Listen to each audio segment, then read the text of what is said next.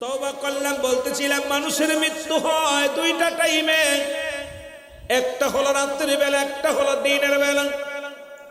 এ মুসলমান শোনো, কখন যেন কে মারা যায় পৃথিবীর মধ্যে আসার একটা সিরিয়াল আছে, যার কোনো সিরিয়াল নেই।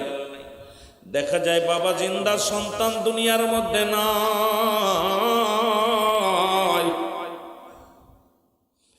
সন্তান জিন্দা, বাবা দুনিয়ার মধ্যে নেই।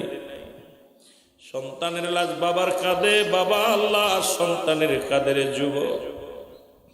এই পৃথিবীর মধ্যে যে সন্তান তার বাবার লাশটা কাঁধে নিছে, ওই সন্তানকে জিগাইলে বলবে, ও দুনিয়ার ও রুহুল আমিন সিদ্দিকী সব শোনো, এই পৃথিবীতে যত ভারী বস্তু আমি কাঁধে নিয়েছি, এত ভারী বস্তু জীবনে নেই না।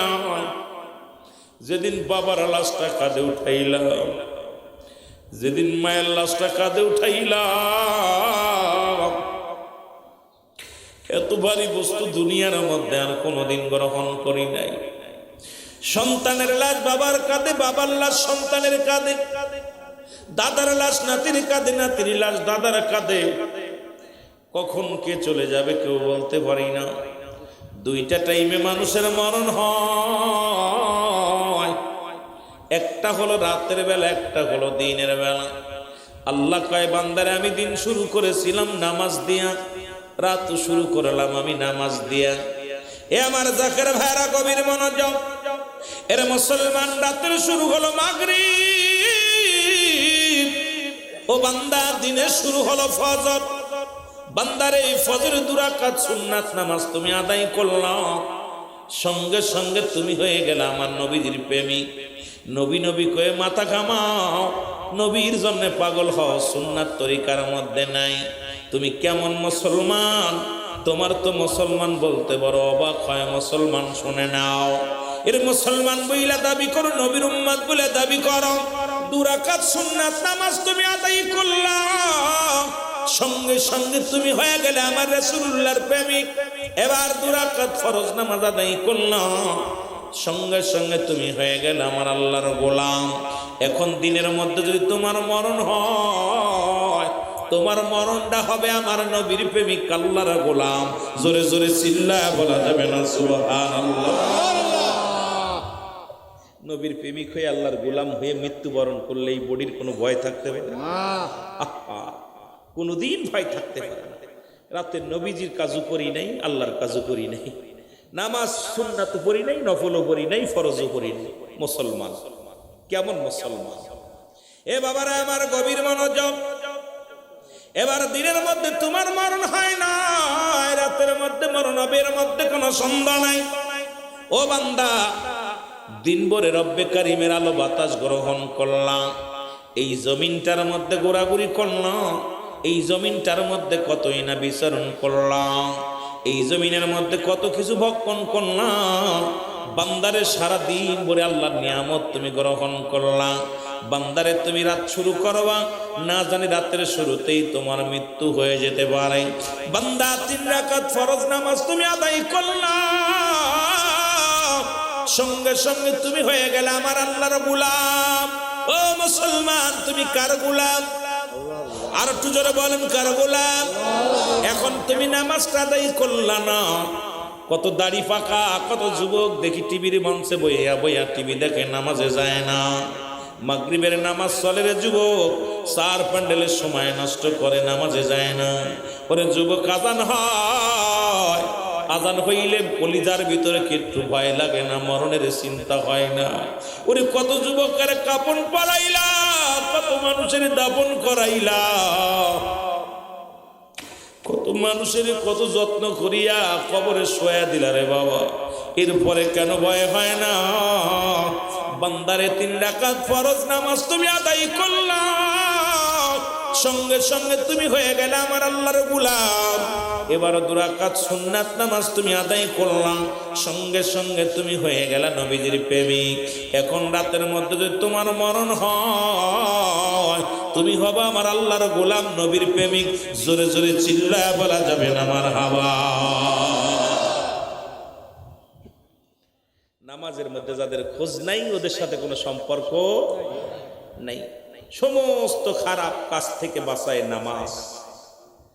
নামাজ যত বড় পীর সাহেব হোক আর মৌলবী হোক মুন্সি হোক, নামাজ আদায় করে না, ওর মতো ভণ্ডের সঙ্গে কোনো আমাদের সম্পর্ক নাই। জোরে বলেন ঠিক কিনা? নামাজের সাথে যাদের সম্পর্ক নাই, কোন মুসলমানের সাথে তাদের সম্পর্ক থাকা উচিত না। জোরে বলেন ঠিক কিনা? এ মুসলমান গভীর মনোযোগ, যে কথাগুলো বলি দিলের কান্ডা লাগা শোনো। হয়তো বেনামাজির কলিজার মধ্যে কষ্ট লাগবে, তবে আমি কাউকে কষ্ট দিয়া, কাউকে আঘাত দিয়া কথা বলার অভ্যাস নাই, কাউকে দুঃখ দিয়া, কাউকে গীবত করিয়া আমি সেই বক্তা নয়। মাইকে আসিয়া 1 ঘন্টা পরে মেয়েদের শরীর নিয়ে আলোচনা করা। আমার দেশে এখন ওয়াজের ময়দান সম্পূর্ণ গীবাতের ময়দান। ওয়াজের ময়দান একটা বিনোদনের ময়দান। ওয়াজের ময়দান নাই, যত বিনোদন দিতে পারে সেই বক্তাই মার্কেটের মধ্যে সবচেয়ে উজ্জ্বল নক্ষত্র। জোরে বলেন হাই রে ওয়াজ। আজকে একটা ওয়াজ দেখলাম, দেখি ওয়াজ 1.5 ঘন্টা আলোচনা করতে, তার 1 ঘন্টা 20 মিনিটই শুধু মেয়েদের শরীর নিয়ে আলোচনা।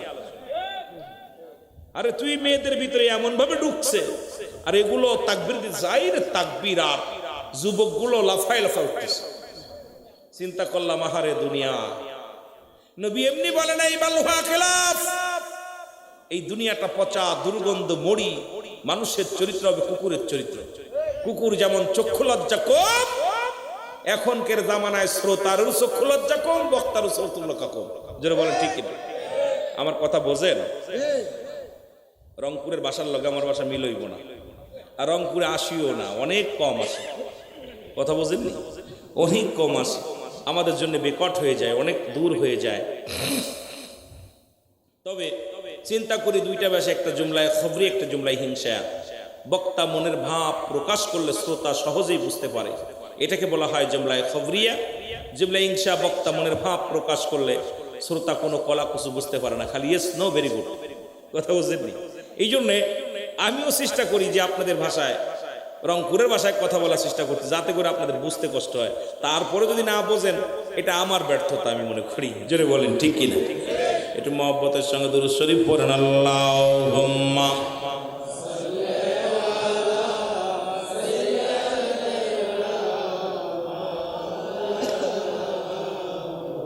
ওয়ালা আলি সাইয়্যিদিনা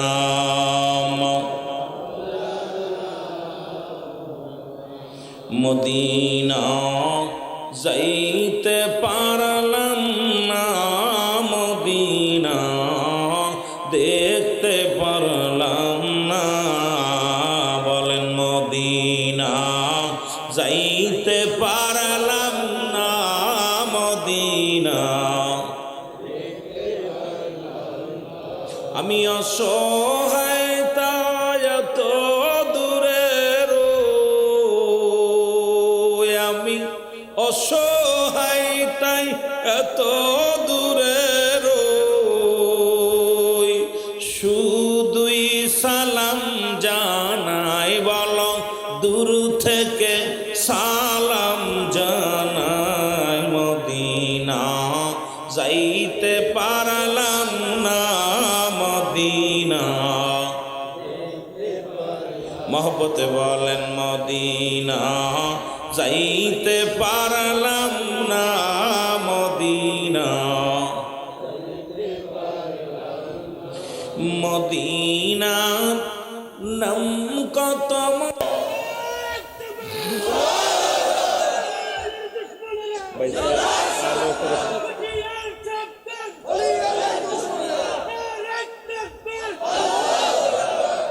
খুশি হয়েছেন? অন্যায় করে ছেলে বাপের গোপনে দেখে বাজান ভুল করে ফেলেছে, আমার ছেলেটা মাফ করে দাও। যুবক মানুষ তো ভুল করছে। যখন বাপে পারে না, চেয়ারম্যান মেম্বার গোপনে দেখে ভাই ওই গ্রামের মানুষটা অন্যায় করছে, মাফ করে দাও। এমন একজন নবীর উম্মাত হইলাম, সেই নবীরে মাইনাস করে অন্য নবীর প্রশংসা নিয়ে ব্যস্ত। আরে বুকার দলেরা বাবার প্রশংসা বাদ দিয়ে চাচার প্রশংসা করে। কথা বুঝেননি? আয় হায়, বড় কষ্ট হয়। এই বুকাদের কেমনে বুঝাইব? আমার রাসূলকে মাইনাস করতে চায়। রাসূল বলে কোন উম্মাত যখন গুনাহের কাজ করে আমি নবী রব্বে করিমের কাছে প্রার্থনা করি, তওবা করি, ইস্তেগফার করি, মাফ চাই। জোরে বলেন না সুবহানাল্লাহ। আরো জোরে, আরো জোরে। আমরা সেই নবীকে চাই কি চাই না? এই জন্য খাজা ফরিদপুরি বলতেন, বাবা দয়াল নবীর প্রেম ভালোবাসা যার অন্তরে যতটুক তার ঈমান বলতে ততটুক, নবীজির প্রেম ভালোবাসা যার অন্তরে নাই তার ঈমান বলতে কিচ্ছু নাই, সরাসর বেঈমান। যেটা বলেন ঠিক কি না? আরো জোরে বলেন। রাসূলের মহব্বতই হলো প্রকৃত ঈমান। দুইটা, একটা হলো ঈমান, একটা হলো আমল। ব্যক্তির জীবনের অমূল্য সম্পদের নাম হলো ঈমান। ব্যক্তির জীবনের অমূল্য সম্পদের নাম কি? রুহু। ব্যক্তির জীবনের অমূল্য সম্পদের নাম রুহু। আর মানব জীবনের অমূল্য সম্পদের নাম হলো ঈমান। রুহুবিহীন কোন মানুষের, রুহুবিহীন কোন বডির মূল্য নাই। আমাদের সভাপতি সাহেবের দেখতে শুনতে বালা, বাতাসটা বাইর হয়ে গেছে, আর মূল্য নাই। কত সুন্দর দেখতে শুনতে, কত যুবক কেবল পরীক্ষা দিয়েছে, এসএসসি পরীক্ষা, দাখিল পরীক্ষা, ডিগ্রি পরীক্ষা দিছে, চেহারা সুরত অনেক সুন্দর, ভিতর থেকে পাখিটা উড়ে গেছে। কথা বোঝেননি? আব্দুর রহমান ভাইয়ের মতো দেখতে শুনতে অনেক বালা, ভিতরে পাখি নাই। দাম আছে? কথা বলেন, দাম আছে? এই বডিটার সবচেয়ে মূল্যবান বস্তুর নাম হলো রূহ। যারা বলেন নাম কি? রূহ। এটা হলো, একটা হাত না থাকলেও মানুষ চলতে পারে, পা না থাকলেও চলতে পারে, রেখা দেয়। কত মানুষ মাসকে মাস, বছরকে বছর, 2 বছর 10 বছর আব্বা প্যারালাইসিসে পড়ে আছে, তারে কেউ বিদায় করে দেয় না রুহুটা থাকার কারণে। জোরে বলেন ঠিক কি? দেখতে শুনতে বালা, রুহুটা বাইর হয়ে গেছে, আর 1 সেকেন্ড থাকতে বাজি নাই। দোতলা থেকে নিচতলায়, নিচতলায় থেকে উঠানে, উঠান থেকে জানাজা, জানাজার পরে কবরে। জোরে বলেন ঠিক কি না? তাহলে আপনার আমার জীবনের অমূল্য সম্পদের নাম কি? আরো জোরে বলেন কি? রূহ। এই রুহুটা সবচেয়ে মূল্যবান। আর মানব জীবনের অমূল্য সম্পদের নাম ঈমান। ঈমান যদি না থাকে, কিসের নামাজ, কিসের রোজা, কিসের হজ, কিসের যাকাত, সবকিছু বরবাদ। ঈমানটা আগে দরকার। জোরে বলেন ঠিক কিনা? ঈমানটা দরকার আছে কিনা? আরো জোরে বলেন আছে কিনা? দাড়ি, টুপি, জুব্বা, পাগড়ি সব আছে, কিন্তু ঈমান নাই, লাভ আছে? নামাজ পড়ছি সব সময়, ঈমান নাই, লাভ আছে? রোজা রাখছি, ঈমান নাই, লাভ আছে? কি সব কিছু বরবাদ। ওই সব কিছু বরবাদ। এই জন্য আমি যে কথাগুলো বলি খেয়াল করবেন, বুঝে নিবেন, কারণ অনেক কথা বলতে হবে। এই কথাগুলোতে একটা বিষয় নিয়ে কথা বলতে গেলে সময় লাগে, সব তার বোঝানো সম্ভব না। কথা বুঝেননি? সবার বোঝানো সম্ভব না। তাহলে আমি আপনি বুঝতে পারলাম যে রুহুবিহীন যেমন বডির মূল্য নাই, ঈমানবিহীন কোন আমলের মূল্য নাই। একটা হলো ঈমান, একটা হলো আমল। আমার দাদু ভাইয়েরা যারা আলেম আছেন খেয়াল করবেন, একটা হলো ঈমান, একটা হলো আমল। ঈমান, আমল হলো নামাজ, রোজা, হজ, যাকাত, কুরবানি ইত্যাদি ইত্যাদি, এগুলো হলো আমল। মারহাবা বলেন না? আর ঈমানটার নাম হলো নবী মুহাম্মদুর রাসূলুল্লাহ সাল্লাল্লাহু আলাইহি ওয়াসাল্লাম। জোরে বলেন না মারহাবা? এই জন্য আমার পীর কেবলা জান কি বলতেন জানেন? ঈমান ও আমল আমার নবী মুস্তাফায়ে গো। জাকির ভাইরা আপনারা শুনছেন না? কেবলা জান হুজুর বলতেন ঈমান ও আমল আমার নবী মুস্তাফায়ে। জাহান্নামে পড়ে থাকি তবুও না ভয় করি, ইশকে মুহাম্মাদের মালা যদি গলে রয় গো। ঈমান ও আমল আমার নবী মুস্তাফায়ে। এই জন্য প্রতিটা মুমিন, প্রতিটা মানুষ, প্রতিটা মুসলমান তার জীবন, ধন, সম্পদ সব চাইতে তার রাসূলকে বেশি ভালোবাসতে হবে। জোরে বলেন ঠিক কি? আরো জোরে বলেন। আমার ভাইরা, আমার বন্ধুরা, আমার গভীর মনোযোগ। এখন যারা বলে নবীও মানুষ, আমরাও মানুষ, নবীরা হলো গুনাহ থেকে মুক্ত, আমরা গুনাহে যুক্ত, ঠিক কিনা? নবীরা হলো গুনাহ থেকে, আমরা গুনাহে যুক্ত। নবীরা হলো মাসুমের মাসুম, আমরা হলাম গুনাহ মার্কা মানুষ। আর এই গুনাহ মার্কা মানুষ হয়ে নবীর সঙ্গে যারা মেশাল দেয়, এদের মতো কপাল পোড়া মানুষ আর দুনিয়ার মধ্যে নাই। জোরে বলে ঠিক কি না? রাসূলের সঙ্গে যারা মেশাল দেয়, কয়েকটা কথা বলে আমি আলোচনায় যাই। রাহমাতুল আলামিন কোন এক যুদ্ধের মধ্যে গেলেন, রাসূলুল্লাহর মাথার মধ্যে, মাথা মুবারকের মধ্যে একটা পাথর এসে লাগলেন। রাসূলের মাথার মধ্যে ছিলেন হেলমেট, লোহার হেলমেট, আর হেলমেটটা ভাঙ্গা একটা লোহা রাসূলুল্লাহর মাথার মধ্যে ভেদ করলেন। নবীজি বেহুশ হয়ে জমিনের মধ্যে পড়ে গেলেন। রাসূলুল্লাহ যখন জমিনের মধ্যে পড়ে গেছে, রক্ত ঝরে রাসূলুল্লাহর মাথা দিয়া। নবীর সাহাবীরা দৌড়ে আসলেন, আসিয়া রাসূলুল্লাহর চারিপাশে দাঁড়াইয়া কাঁদতে লাগলেন। কেউ চোখের পানি ছেড়ে কান্দে, কেউ বা দাঁড়াইয়া দাঁড়াইয়া কান্দে, কেউ আফসোস করে, নবী গো, মায়ের নবী।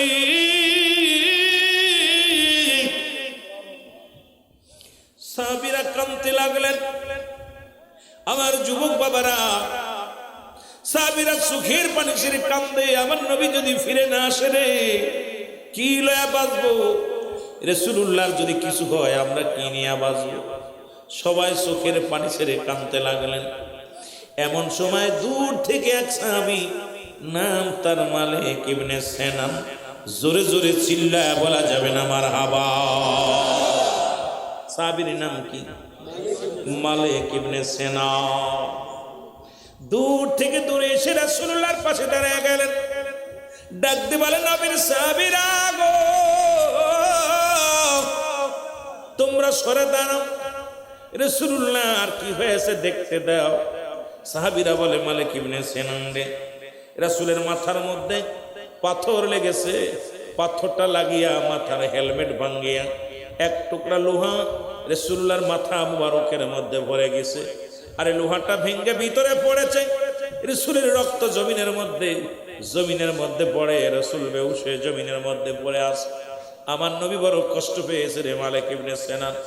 মালিক ইবনে সিনান বলে, সাহাবীরা রে, তোমরা একটু সরে দাঁড়াও। মালিক ইবনে সিনান যখন বললেন, সাহাবীরা সরে দাঁড়াইলেন। মালিক ইবনে সিনান রাসূলুল্লাহর মাথার রক্ত মুবারক সেটে সেটে খেয়ে ফেলতে ধরে বলেন না সুবহানাল্লাহ। যখন এই রড্ডার দাঁত দিয়ে যখন হাতটা ধরতে গেলেন, ধরতে পারলেন না। ছোট্ট টুকরা রাসূলের মাথার ভিতরে মুখ মুবারক লাগা দিয়া দাঁত দিয়ে টান দিয়ে লোহাটা বাইর করলেন। আর যখন রডটা বাইর করার পর, লোহাটা বাইর করার পর রক্ত ঝরতে লাগলেন। মালিক ইবনে সিনান রাসূলুল্লাহর রক্ত মুবারক সেটে সেটে খেয়ে ফেলছে। জোরে বলেন সুবহানাল্লাহ। রক্ত খা হারাম না হালাল? জোরে বলেন হারাম না হালাল? এ আমার সুন্নি ভাইরা গভীর মনোযোগ। নবীর সাহাবীরা বলে, হুজুর মালিক ইবনে সিনান, তুমি কি জানো না মানুষ রক্ত খাইতে পারে না? রক্ত খাওয়া হারাম। নবীজি বলছে রক্ত খাওয়া হারাম, তুমি রক্ত পান করলা কেমন করে? তুমি কি জানো না তুমি কাফের, তুমি কি হয়ে গেছো? ঈমান হারা হয়ে গেছো।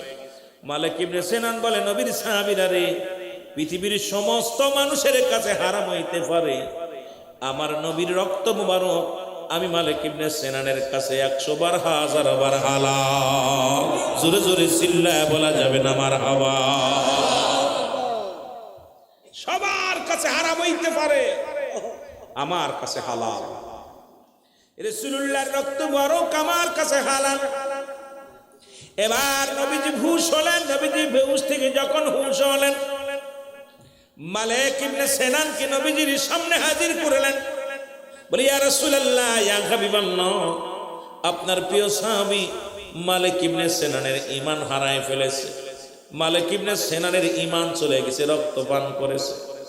আমার নবী ডাকতে বলে, মালিক, তুমি কি জানো না মানুষ মানুষের রক্ত খাইতে পারে না, মানুষ মানুষের রক্ত পান করতে পারে না। তুমি রক্ত পান করেছো, তোমার ঈমান আছে কিনা?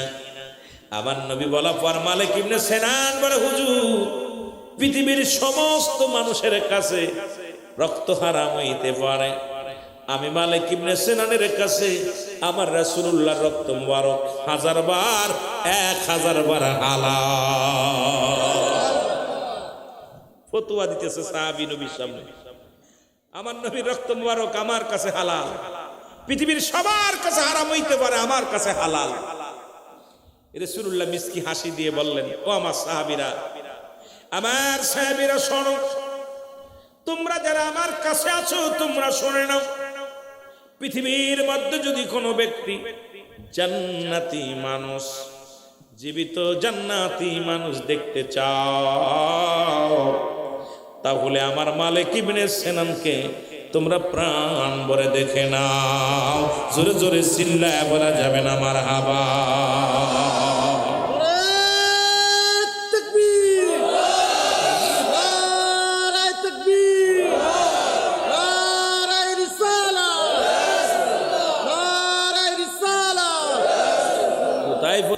নবীজি বললেন তোমরা যদি কেউ জান্নাতি মানুষ দেখতে চাও, জীবিত মানুষ, আমার মালিক ইবনে সিনানকে প্রাণ ভরে দেখুন।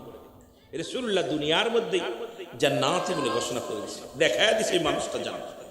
সব জায়গায় মিসাল চলে না, সব জায়গায় ফতোয়া চলে না। রাসূলের ভালোবাসার সাথে আমাদের যারা ফতোয়া দিতে চায়, আমি মনে করি ওদের ভিতরে কিছু হট্টগোল আছে। যেটা বলেন ভেজাল আছে, যেটা বলেন কি আছে, ভেজাল আছে।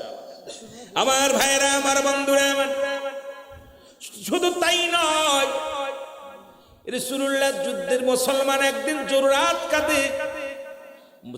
কাঁদে বাইর হলেন, বাথরুমে গেলেন। এক কথায় শোনেন, বাথরুমে গেলেন। আম্মা জান, এ মুসলমান শুনে নাও, রাসূলের পায়খানা মোবারক দেখার জন্য পাগল হয়ে গেলেন।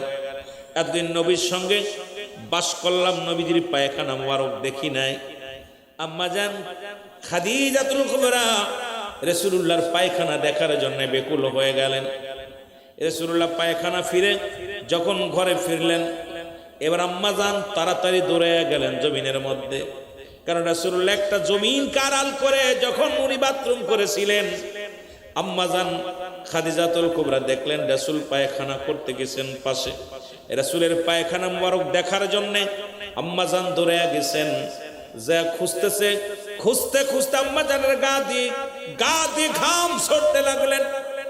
জমিনের জবান খুলে গেছে। জমিন বলে আল্লাহ, আম্মা জানের গা দিয়ে ঘাম ঝরে, জমিনের কষ্ট হয়। রব্বে কারীম, আমার জবানটা খোলা দেন, আমি আম্মা জানের সঙ্গে কথা বলতে চাই। জোরে বলা যাবে না মারহাবা। আলেমুল আমার একটু খেয়াল করবেন, বেশি কইতে পারবো না, সামান্য একটু কথা বলে যায়। অনেক ওয়াজ, এই জন্য বললাম বেশি টাচ দিব না, শুধু রাসূলের প্রেমের একটু দুই চারটে কথা বলে আমি অন্যদিকে যাব। জমিনের জবান খুলে জমিন ডাকতে বলে, আম্মা জান। জমিনের আওয়াজ শুনে মা আম্মা জান চারিদিকে তাকাইতে লাগলেন, কয় কে ডাকো? কোনো মানুষ তো দেখতে পাই না, কে আওয়াজ দাও? জমিন বলে, মা গো, আমাকে আপনি দেখতে পান না, আমরা কোনো মানব নয়, আমি হইলাম জমিন।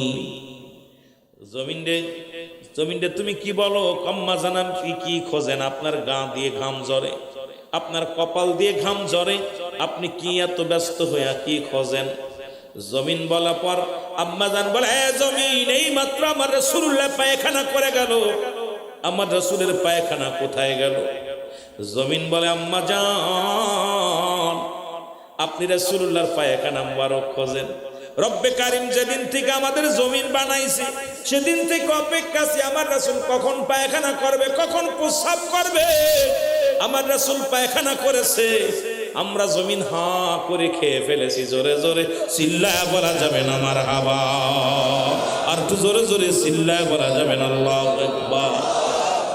যে সমস্ত আলেমরা কয় নবীও মানুষ, আমরাও মানুষ, এই সমস্ত মৌলবীরা পায়খানা করলে কুত্তা খায় না। যারা নবীর সঙ্গে বেয়াদবি করে, ওই বেয়াদব আলেম শোনো, যারা রাসূলুল্লাহর বিরোধিতা করে কথা বলো, তোমরা পায়খানা করলে তোমাদের পায়খানা কুত্তায় খায় না, আর আমার নবীর পায়খানা জমিন পায় না। এখন নবীর সঙ্গে যদি মেশাল দাও, তোমার মতো বেয়াদব আর কেউ দুনিয়ায় নাই। জোরে বলেন ঠিক কি না? কুকুরেও খায় না। আমিরুল আমিন সিদ্দিকী পায়খানা করে দিবে, দোস্ত খা, কুকুরে শুয়ে শুয়ে দেখে চলবে কি চলবে না, ঠিক কি না? আর আপনাদের রংপুরের মানুষ ধান সেদ্ধ করে পাতা দিয়া, দেখলাম যে বাসায় খাইলাম, পাতা ঢোপ মেরে রাখছে, ওইটার মধ্যে নিয়ে পায়খানারে শুকনারে ওর ভিতর সাইজ করে দেয় আগুনে দিয়া। জোরে কোন ঠিক কি না? এই মৌলবী যদি কয় নবী আমগার মতো মানুষ, এর মতো বেয়াদব, এর মতো গদ্দার, এর মতো ফাজিল আর পৃথিবীতে নাই। জোরে বলেন ঠিক কি না? তোমার পায়খানা কুত্তায় খায় না, আমার নবীর পায়খানা জমিন পায় না। মারহাবা বলেন। শুধু তাই নয়, রাসূল আকরাম সাল্লাল্লাহু আলাইহি ওয়াসাল্লাম একদিন গভীর রাত্রে রাত্রি উম্মে আইমানকে ডাক দিয়ে বলে, উম্মে আইমান, আমার প্রস্রাব মুবারক রেখে দাও। সুবহানাল্লাহ বলেন না। প্রস্রাব খাওয়া জায়েজ আছে না? কথা বলেন, জায়েজ আছে? আমরা সুন্নিরা রাসূলুল্লাহর প্রেমে কেন পড়ি, রসুলের প্রেমে কেন পড়েছি যদি বলতে যায়, সব আস্তে আস্তে আমরা আলোচনায় যাই, বুঝবেন যে আমরা কেন রসুলকে ভালোবাসি, রসুলকে কেন ভালোবাসি এত। এবার কি করছে, পায় প্রস্রাব মুবারক পাতিলটার মধ্যে নিয়ে রাইখা দিছে। গভীর রাত্রে উম্মে আইমানের পিপাসা লাগছে, আর এই প্রস্রাবের মধ্যে এত ঘ্রাণ বাইর হয়ে গেছে, উম্মে আইমান গভীর রাত্রে রাসূলুল্লাহর প্রস্রাব মুবারক খেয়ে ফেলছে। আসতে কইতেন নি, কি খাইছে? প্রস্রাব মুবারক খেয়ে ফেলছে। খাওয়ার পর সকালবেলা রাসূলুল্লাহ উঠার পর বলছে, উম্মে আইমান, রাত্রে যে তোমার কাছে প্রস্রাব মুবারক দিয়েছিলাম, প্রস্রাবটা নিয়ে আসো, ফেলে দিতে হবে, কারণ রাতের অন্ধকারে শত্রুপক্ষ থাকতে পারে, এই জন্য ভিতরে রেখে দিতে বলেছিলাম পাতিলে করে। বলি, ইয়া রাসূলুল্লাহ, বেয়াদবি মাফ করবেন। এক হলো পিপাসা লাগছে, দুই হলো এত ঘ্রাণ বাইর হয়েছে। এই ঘ্রাণটা শোনা পর আমার এত মজা, পৃথিবীতে যত শরবত খেয়েছি, যত পানি খেয়েছি, এত বড় নিয়ামত আমার জীবন আর খাইনি। সুবহানাল্লাহ, আরো জোরে। রাসূলুল্লাহ বলে, মেহমান, তুমি জানো না প্রস্রাব কা হারাম? বলি, ইয়া রাসূলুল্লাহ, পৃথিবীর সবার কাছে হারাম হতে পারে, আমার কাছে হালাল। আরো জোরে বলেন না। রাসূলুল্লাহ বললেন, মেহমান, জেনে রেখো, তোমার বংশের মধ্যে, তোমার জাতির মধ্যে যত জাতি বাইর হবে, প্রত্যেকের গা দিয়া ওই যে কস্তুরী সেন্ট, যেটা আপনার হরিণের নাভি থেকে আসছে, ওই ঘ্রাণটা তোমাদের জাতির মধ্যে বাইর হয়ে যাবে। জোরে বলেন না সুবহানাল্লাহ। ফতোয়া সব জায়গা দিবেন না, হিসাব করে দিবেন। রাসূলুল্লাহর সঙ্গে কোনো মেসাল চলে না, রাসূলের সঙ্গে কোনো মেসাল চলে না। জোরে বলেন ঠিক কিনা, আরো জোরে বলেন ঠিক কিনা। মদিনা মদিনা আশিক মুমিনের ঠিকানা, বলো না মদিনা। আয় হায় দিদার চলে কদো তোমরা, দিদার চলে কদো তোমরা, হও না নবীর দিওয়ানা। মদিনা মদিনা আশিক মুমিনের ঠিকানা, বলো না মদিনা মদিনা আশিক মুমিনের ঠিকানা। আয় হায় দিদার চলে কদো তোমরা, দিদার চলে হও না নবীর দিওয়ানা। মদিনা মদিনা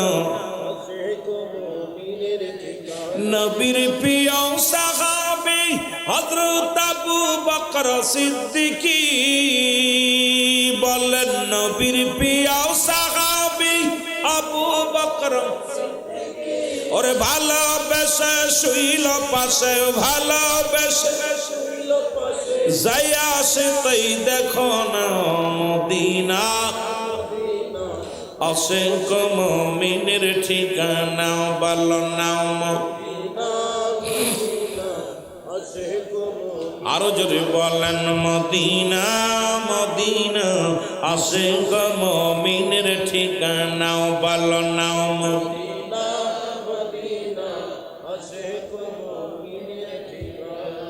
কালো হাবশি বেলালে ভালোবাসলো ওই নবীকে, ও বলো, কালো হাবশি বেলালে ভালোবাসলো, ওরে ইসলামের প্রথম মুয়াজ্জিন বানাইলেন রব্বানা। মদিনা মদিনা আশিক মুমিনের ঠিকানা, আরো জোরে বলা যাবে না মদিনা মদিনা আশিক মুমিনের ঠিকানা। আয় হায় দিদার চলে কদো তোমরা, দিদার চলে কদো তোমরা, হও না নবীর দিওয়ানা। মদিনা মদিনা আশিক মুমিনের ঠিকানা, বলো না মদিনা মদিনা আশিক মুমিনের ঠিকানা। এ দুনিয়ার মুসলমান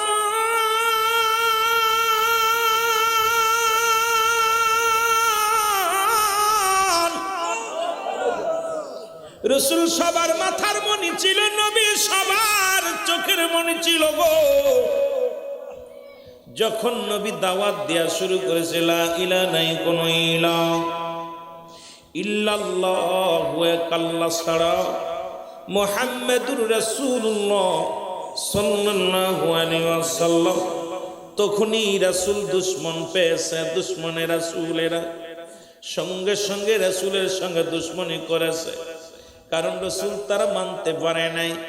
সবাই আল আমিন উপাধি দিছে, কিন্তু রাসূল যখন কালেমার দাওয়াত দিছে তখনই রাসূল তাদের মাথা, তাদের মসল, তাদের দেখে রাসূলুল্লাহ তাদের শত্রু হয়ে গেছে। জোরে বলেন ঠিক?